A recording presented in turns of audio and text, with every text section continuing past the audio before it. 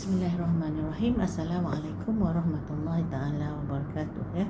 Semua pelajar-pelajar tingkatan 2 yang menonton video ini, terima kasih kerana menonton, and kalau belum subscribe, please subscribe.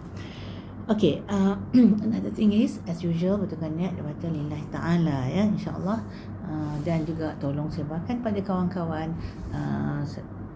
terutama kawan-kawan yang memerlukan tuition tapi tak mampu untuk pergi ke kelas-kelas tuition ya. Kalau awak betul-betul ikut, insya-Allah awak boleh meningkat ya, insya-Allah.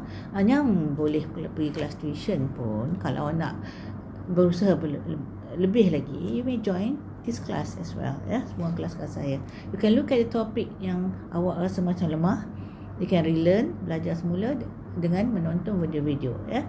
Kemudian apa pun tak faham, you can tengok, cuba fahamkan. Tak faham, you can ask your teachers help in school. Okay, so make sure you have to have this book in front of you. Okay, and then also kita dalam bab ke-7, iaitu tentang elektrik dan kemagnetان.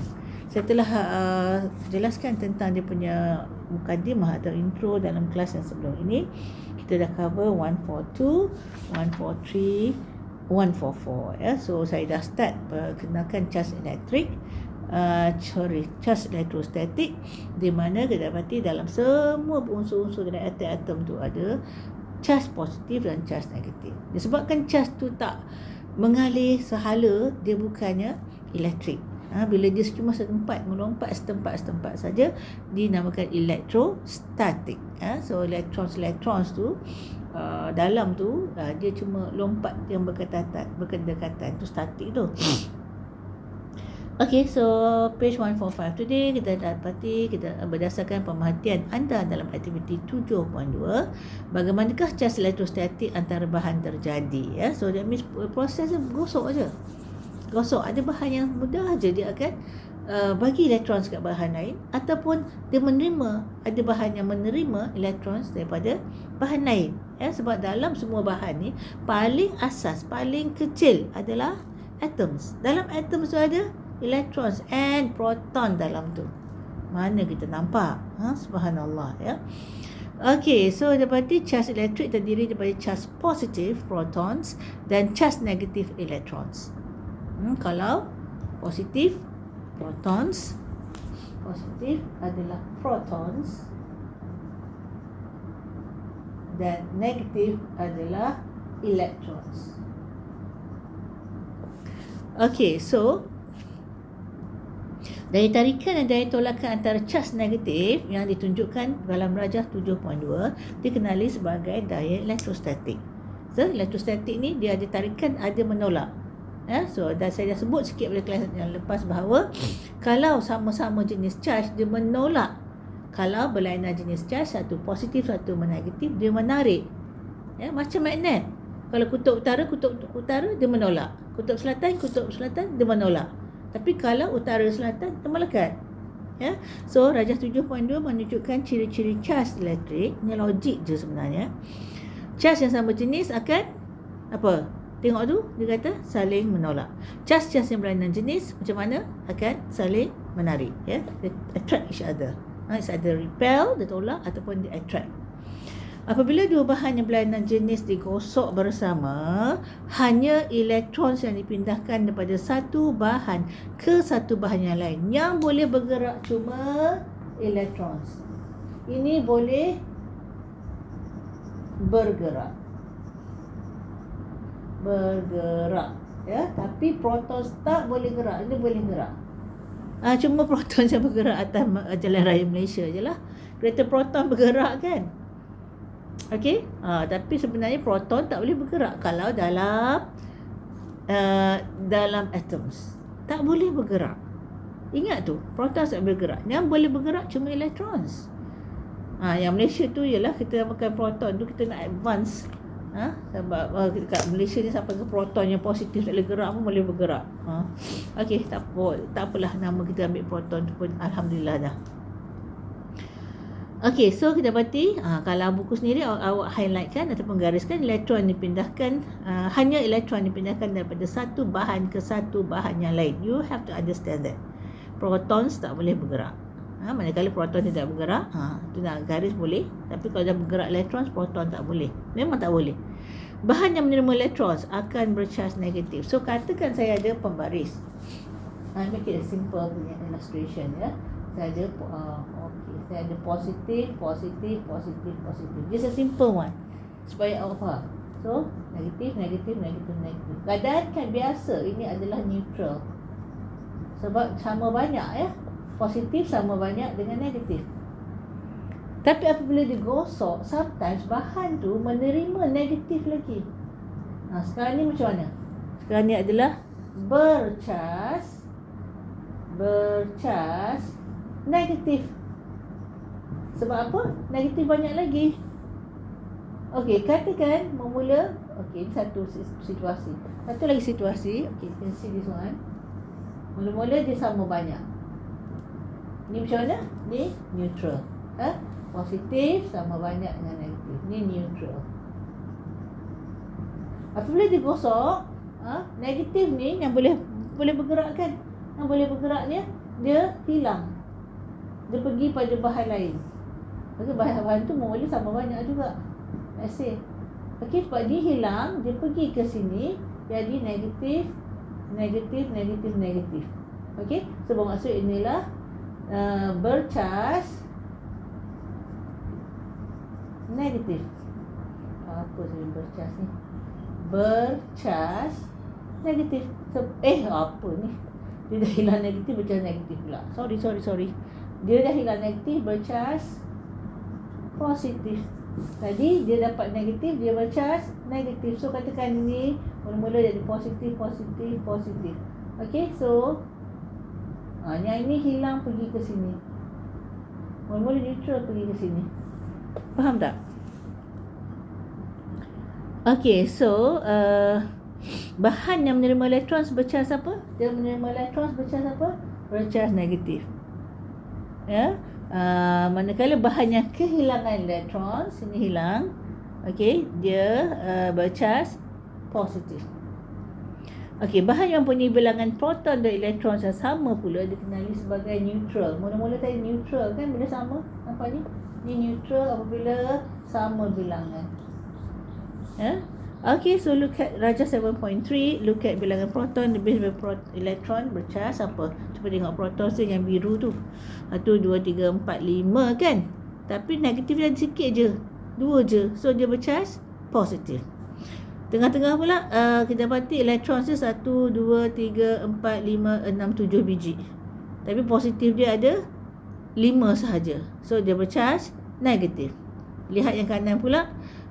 Proton dia yang biru 1, 2, 3, 4, 5. Negatif dia 1, 2, 3, 4, 5. So dia neutral. Faham tak? Cik faham ya? Sebab saya tunjuk yang ni. Kemudian tengok dalam buku. Should be easy to understand. Okey, perhatikan Rajah 7.4 untuk memahami kesan penghasilan charge elektrostatik pada sikat plastik yang digosok dengan kain bulu. Okey, so dapati mula-mula cuba tengok sikat tu yang belah kiri ya. Dia neutral sebab cuba bilang proton dia 1, 2, 3, 4, 5, 6, 7. Nah, dia punya elektron 1, 2, 3, 4, 5, 6, 7. Neutral ke tak? Neutral. Ni belum gosok tau. Okey, cuba tengok cepisan kertas pun neutral. Positif cepisan kertas je. Positif 1, 2, 3, 4, 5, 6. Negatif pun 1, 2, 3, 4, 5, 6. So neutral. Okey, bila digosok dengan kain bulu, what happened to the comb? Pada sikat tu. Kita akan dapati sikat yang digosok dengan kain bulu akan menerima elektron. So instead of tadi dia cuma ada dalam sikat tu 1, 2, 3, 4, 5, 6, 7 elektron. Okey, sekarang ni cuba bilang gambar belah kanan elektron berapa? 1, 2, 3, 4, 5, 6, 7, 8, 9, 10. Dah banyak elektron dia ya. So sikat yang digosok dengan kain bulu akan menerima elektron daripada kain bulu dan akan bercharge apa? Bila banyak elektron charge negatif. Hal ini membolehkan sikat menarik cebisan kertas yang bercharge neutral kerana wujudnya daya tarikan antara charge positif pada kertas dan cas-cas negatif pada sikat. So yang start yang menyebabkan sikat tu jadi bercas negatif sebab apa? Sikat yang bulu tu lah. Dia gosok, kita akan dapati dia hilang electrons. Sikat hilang apabila dia gosok, kita akan dapati kita akan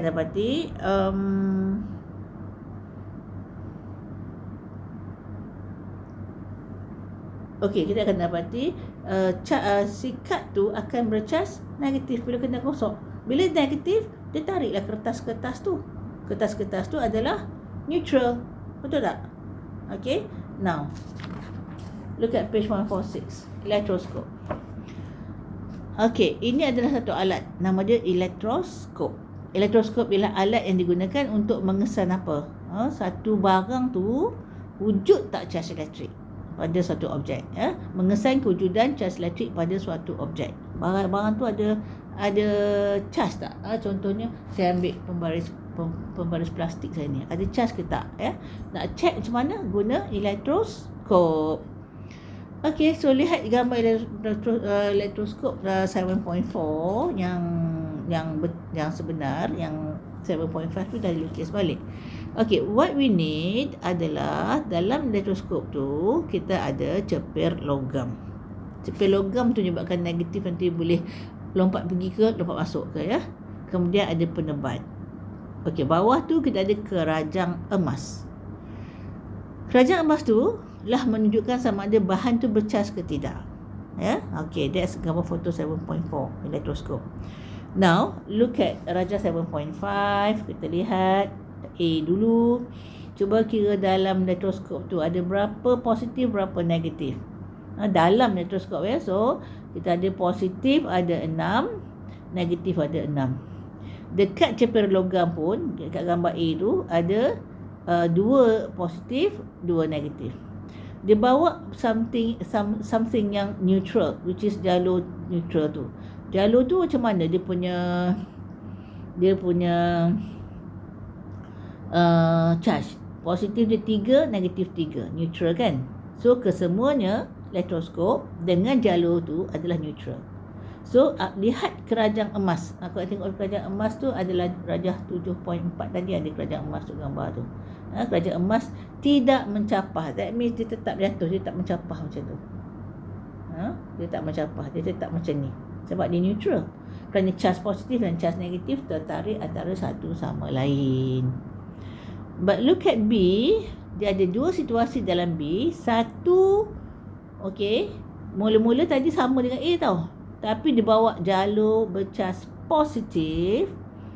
Bila jalur bercas positif ke atas elektroskop tu, dia positif, dia menarik elektron dari dalam elektroskop. Look at the kerajang emas. Dah tak ada negatif dah.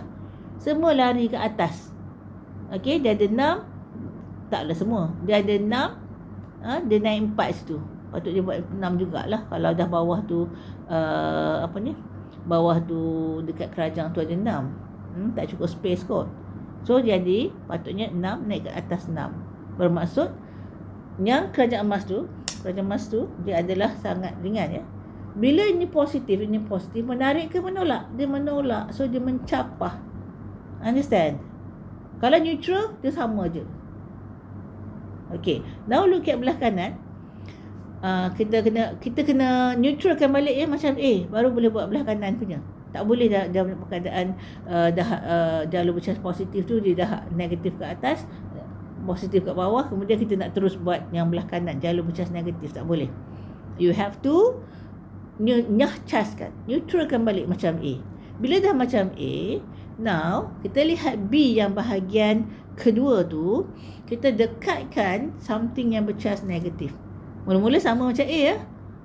Kita akan dapati ada 6 positif, 6 negatif. Dekat cepir ada 2 positif, 2 negatif. Bila kita bawa jalur bercas negatif, what happen is dia boleh gerak negatif je tau. Boleh gerak negatif je. Sebab tadi pun kita dapati yang mula-mula yang charge positif tadi, yang negatif naik atas kan. Sekarang ni daripada jalur bercas negatif tu, dia lompat ke bawah ke dalam elektroskop.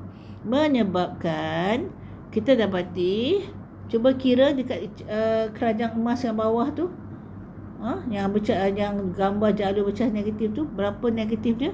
1, 2, 3, 4, 5, 6, 7, 8. Manakala positif dia 6. So mana banyak? Negatif lah. So dia bercas negatif dia mencapah lah. So alat elektroskop adalah untuk mengesan sama ada cas ke tak bercas ke tidak bercas objek tersebut. Okay. Now kita lihat apa yang si Mutu ni kata. Saya bagi dia nama ni Mutu. Okay, Gopal ke apa ke, semakin jauh pencapahan, that means kalau sikit tu sikit, kalau jauh naik makin jauh pencapahan keranjang emas, makin banyak kuantiti cas elektrostatik yang terkumpul. Just look, hari dalam sejarah elektroskop daun emas pertama dicipta oleh seorang ahli fizik yang bernama Abraham Bennett pada tahun 1787. Okay, now you understand what is electrostatic, right? Okay, how to nyahcaskan, tak ada pula disebut kat sini.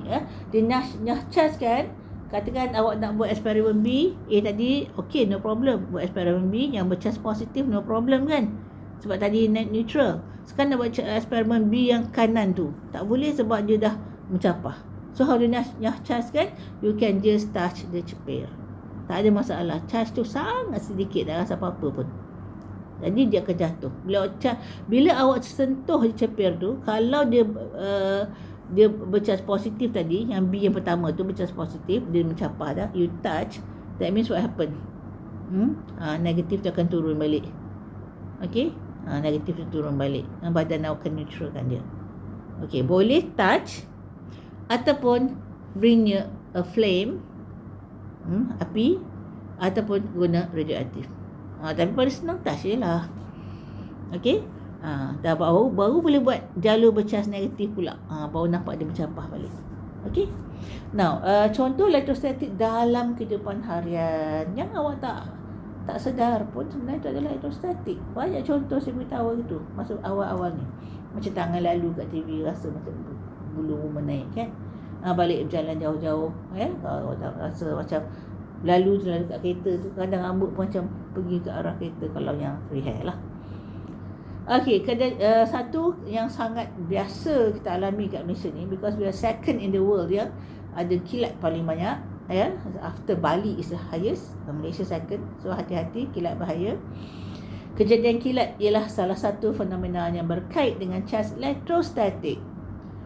Kenapa jadi? Tadi kita tahu elektrostatik terjadi bila ada geseran, betul tak? Okay, now look. Geseran antara apa? Awan dan udara. Awan dan udara. Kita tahu kat Malaysia tu banyak awan kat atas tu. So that's why sometimes tak tengok anak bulan pun tak apa nampak. Gunakan falak. Sebab dia memang banyak awan kat atas tu. Berbanding negara Arab, kadang-kadang orang biasa pun nampak. Sebab kalau you naik kapal terbang, umrah ke apa, you tengok dia tak ada banyak awan. Negara dia kering. Kita banyak air, so banyak awan. Alhamdulillah. Okay, so geseran antara awan dan udara menyebabkan awan dicas dengan cas-cas elektrik. So semua bahan dalam dunia ni dia terdiri dari zarah, dan zarah ada atom. Dan atom ada electrons dan protons. So dalam awan pun, dalam udara pun ada protons, electrons. So bila dia bergeser, macam tadi, macam before this, gosok pembaris kat rambut kan, rambut yang kering lah. Okay, kita akan dapati awan dicas dengan cas-cas elektrik. Okey, so apa jadi? Sebab seterusnya lihat, kilat berlaku kerana daya tarikan yang wujud antara cas positif pada bumi dan cas negatif pada awan. So look at the diagram Rajah 7.6. Tak payah saya lukis lah. Tengok diagram tu. Okey, macam mana boleh awan tu positif ke atas, kemudian negatif ke bawah? Sebab apa? Sebab dia bergeser dengan udara, angin tolak, especially kalau dah hari nak hujan tu kan, dia tolaklah tu laju tu pergi geser. So apa tu kumpul, positif ke atas, negatif ke bawah. Okay, so bahagian atas awan bercas positif, bahagian bawah awan bercas negatif. Okay, so bila banyak sangat cas negatif ke awan tu, it can either pergi antara satu awan dengan satu awan yang lain. Dia sometimes tengok kilat, ke atas je ada, tak turun pun. Okay, it happen Sometimes dia turun ke bawah. Ya, charge negatif dalam awan tertarik kepada charge positif di permukaan bumi. Dia suka tempat paling tinggi untuk cepat masuk. Ya? Kalau tengok surah Al-Mulk, Al-Mulk ke? Saya lupa pula, Al-Mulk ke Al-Jin ke? Apabila mereka mencuri rahsia langit, mereka dikejar dengan panahan api. Subhanallah. Ya.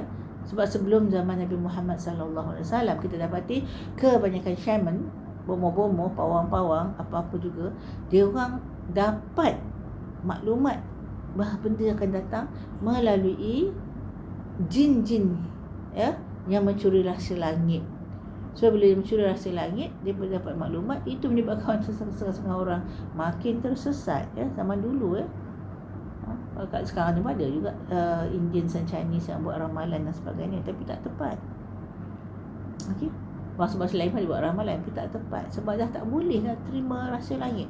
Dah ditutup. Selepas Nabi Muhammad SAW, rahsia langit telah ditutup. Guarded, well guarded. Sebab kau tak tahu bila berlaku kiamat. Sebab lepas Nabi Muhammad adalah akhir zaman. Bila akhir zaman, anytime boleh berlaku kiamat. Sampai kita sekarang 1400 kan. Lama dah kan. So it's well guarded up there. Kalau ada cuba mencuri rahsia langit, dia dikejar panahan api. Panahan api, kilat. Ar-Ra'du satu lagi surah Ar-Ra'du. Ar-Ra'du paling tepatlah tajuk dia. Okey, so kita dapati bila dia nak turun, kilat negative charges yang banyak sangat ni, ada high millions of volts, dia akan cari tempat paling tinggi. Kalau perasan bahawa ni orang banyak share tentang bagaimana Mekah, dia punya tower clock tu yang paling tinggi tu kena sampai kilat, bercabang-cabang api dia. Kalau awak ikut juga tentang perkembangan Gaza sekarang ni, salah satu tentera Allah adalah ialah awan dan sebagainya, awan, hujan, tanah dan sebagainya. Bagaimana mereka tu menghadapi angin sangat kuat, ya, kilat dan sebagainya bagi Israel lah. Mereka tanpa belas kasihan membunuh orang Islam di Palestin, ya. Bukan Islam aja, termasuk yang Kristian yang kat situ juga. Okay, so dapati itu berlakunya kilat. Dia akan cari the highest point. That's why some houses, setengah rumah tengok ada yang penangkap kilat kat atas. Bangunan-bangunan tinggi mesti ada penangkap kilat. Kalau tak ada penangkap kilat, what happen? Bangunan tu terbakar. Alat-alat peralatan elektrik dalam tu rosak, ya. So kita akan dapati nanti kita lihat page 147. Tapi kita akan dapati bagaimana alat penangkap kilat ini berfungsi. Kita dapati, katakan ini adalah atas bukit rumah ni. Okey, ada sebuah rumah kat atas ni. Okey, kalau ada dulu ada apa tu, area TV, sekarang tak ada dah. Sekarang ada piring Astro kan. Okey, so dia agak tinggi. Kalau lah berlakunya kilat, dia akan cepat nak masuk dekat highest point, nak masuk dalam bumi. Dia suka dikebumikan. Saja saya guna perkataan suka dikebumikan. Kita guna kebumi untuk orang, tapi ni charges. Ya, sebab dia lari, ya, daripada panahan apa ni, dikejar panahan api tu, dia lari dalam bumi. Bumi ni positif, dia negatif, dia lari. Dia akan find the highest point. Okay, so kita akan dapati untuk mengelakkan berlakunya kerosakan pada rumah ini, kita ada penangkap kilat. Bila dia pergi kat sini, okay, dia akan masuk dalam ni, penangkap kilat ni, dengan wire copper yang tebal, kupron yang sangat tebal. Dia boleh cepat pergi masuk dalam bumi dan tak menjejaskan peralatan elektrik dalam tu. Kalau tidak, zaman saya kecil biasalah TV meletup. Zaman sekarang hampir tak dengar kan. Awak pun tak tahu TV mana dah. Saya buat dengan skrin handphone, skrin tab, skrin komputer semua, ya. So dia akan cepat masuk. Tapi kalau kilat teruk, habis juga awak punya internet, Unify apa semua. Astro pun tak boleh tengok. Kita tengok hujan lebat apa, dia kacau piring untuk tangkap maklumat from langit. Sebab langit tu adalah ada banyak satelit yang mensampaikan maklumat, ya.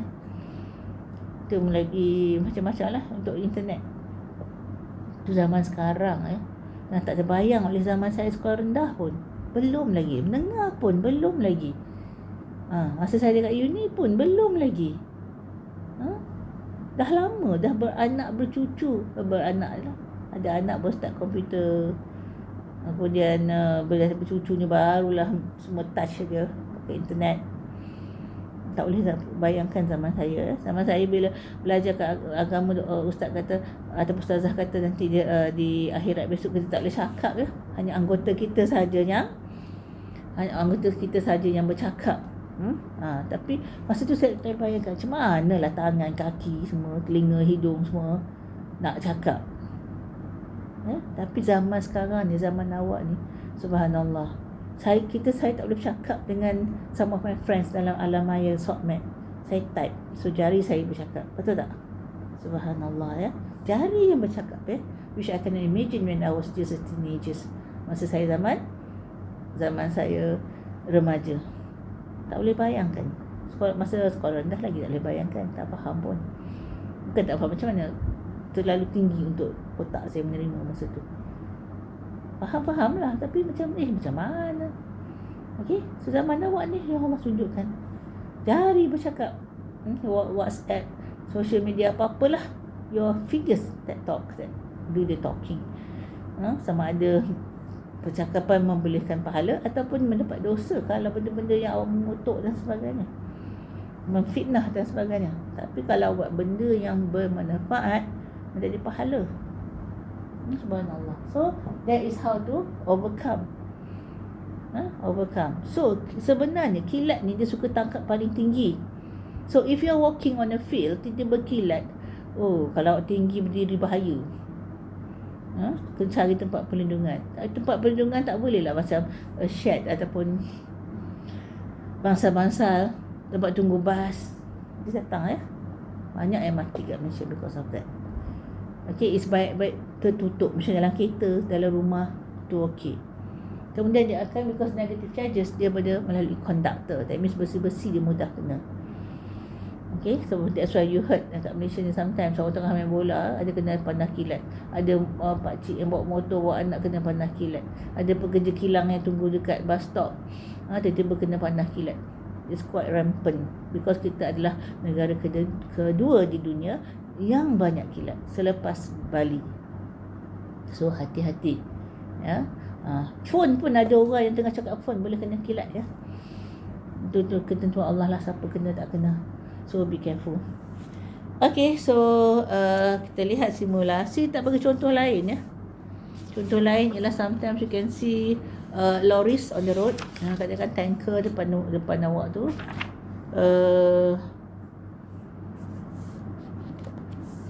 Okay,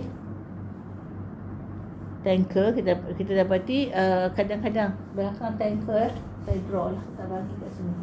Okay, tanker macam mana draw. Okay, lori tanker. Okay, bawa minyak apa-apa ke. Okay, so kita dapati belakangnya ada something yang berjuntai. Kalau dulu dah selibas dulu dia kata besi, sekarang ni bukan besi pun. If you pernah ikut belakang awak dalam kereta lain yang belakang tanker ni, okay, you can see dia macam getah ke macam apa, saya tak sure. Dia adalah untuk supaya apabila bergeser saja tanker ni dengan angin, dia menghasilkan charges. Charge tu boleh menyebabkan meletup minyak dalam ni, na'udzubillah, kebabung, mati semua kalau terbakar semua, na'udzubillah ya. That's why dia ada sesuatu nak menyahcaskan masuk dalam bumi terus.